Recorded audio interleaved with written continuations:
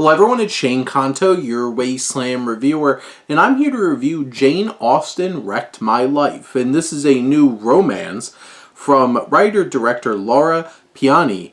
And this film focuses on Agathe, played by Camille Rutherford, who is a young French woman. She is a novelist, she's a writer, she owns a bookstore, but she is the queen of imposter syndrome and the Palme d'Or winner of Losers, her words, and she is invited after her best friend Felix, played by Pablo Poli, puts her name in for the Jane Austen residency, and she goes off to England for 2 weeks to get an opportunity to really get a chance to get inspiration and write, but instead she begins to fall for the great-great-great-great-nephew, might have got those greats incorrect, nephew of Jane Austen, Oliver, played by Charlie Anson. And this film is so delicately put together. It's so sincere and charming and moving.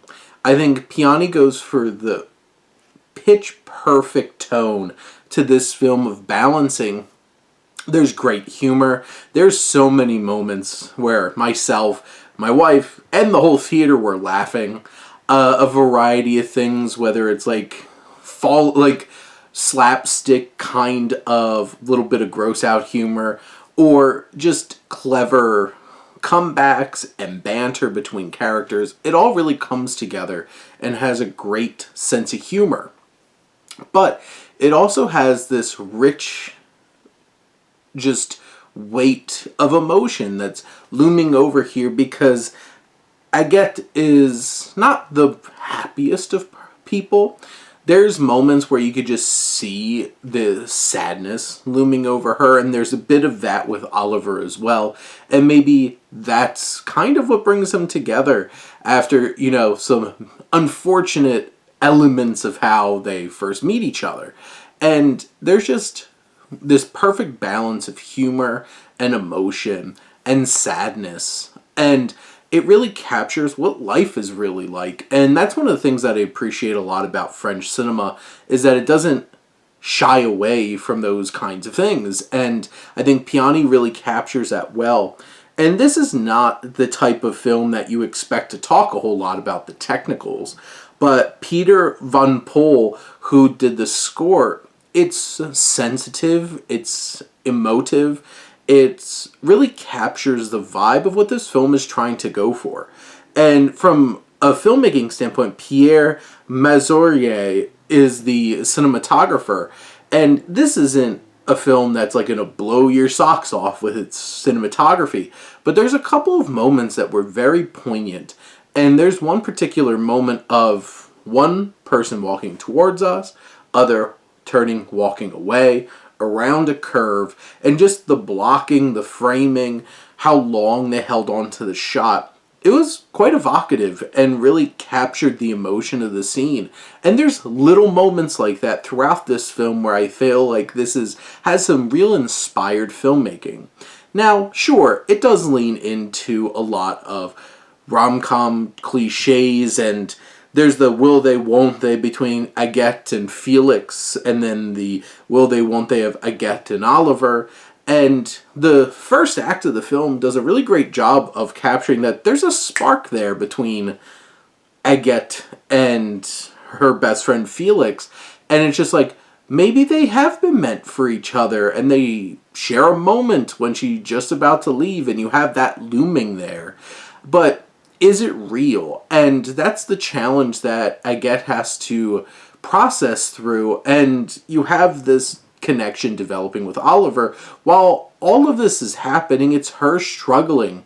She has writer's block. She's there's a great moment where she gets the inspiration for this novel while she's at a Chinese food place.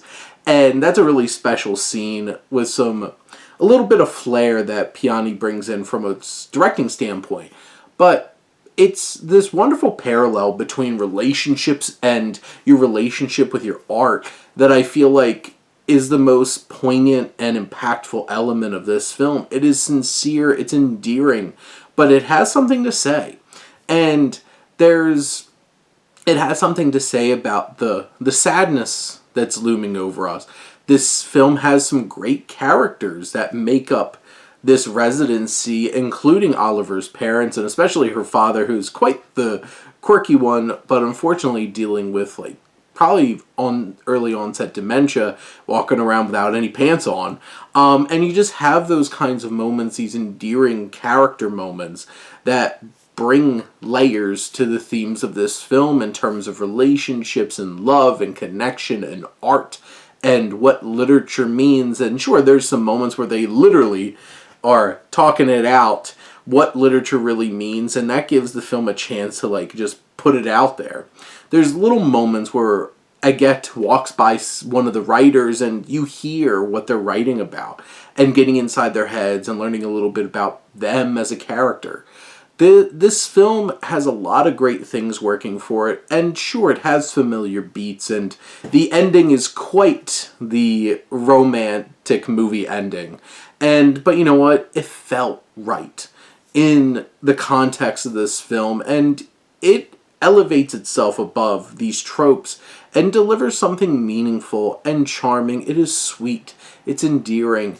It's something that you could just sit in and just be enveloped by what Piani and Rutherford and Pauly and Anson, the whole rest of the cast are doing. There's just so many great little details from their performances, from their facial expressions. They just sell it all. Their body language, and this just comes to life in such a wonderful way.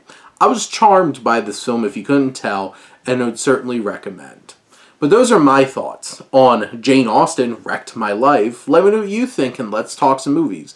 But thank you as always for tuning in and supporting your Wasteland reviewer.